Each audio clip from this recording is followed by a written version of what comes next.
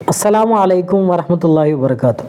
റസൂലുള്ളാഹി സ്വല്ലല്ലാഹി അലൈഹി വസല്ലം ഒരിക്കൽ പറയുകയുണ്ടായി, ഒരു മനുഷ്യനെ സ്വർഗത്തിലേക്ക് അടുപ്പിക്കുന്ന ഏറ്റവും വലിയ കർമ്മം എന്ന് പറഞ്ഞാൽ അത് സൽസ്വഭാവമാണ്. പരലോകത്ത് നമ്മുടെ നന്മയുടെ മീസാനിൽ കനം തൂങ്ങുന്ന ഏറ്റവും വലിയ ഇബാദത്ത് സൽക്കർമ്മം എന്ന് പറഞ്ഞാൽ അതും സൽസ്വഭാവമാണ്. നല്ല സ്വഭാവത്തിൻ്റെ ഉടമകളായി മാറാൻ നമുക്ക് സാധിക്കണം.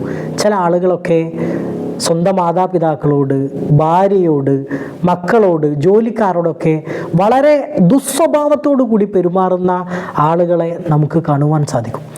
ദുസ്വഭാവം നമ്മുടെ ജീവിതത്തിൽ ഉണ്ടായാൽ ഒരിക്കലും ഒരാളും നമ്മളിലേക്ക് അടുക്കുകയില്ല.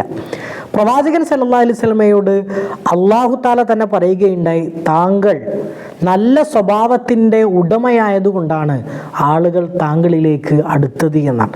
അങ്ങനെ നല്ല സ്വഭാവത്തിൻ്റെ ഉടമകളായി മാറാൻ നമുക്ക് സാധിക്കണം. അള്ളാഹു നമ്മെ ഏവരെയും അനുഗ്രഹിക്കുമാറാകട്ടെ.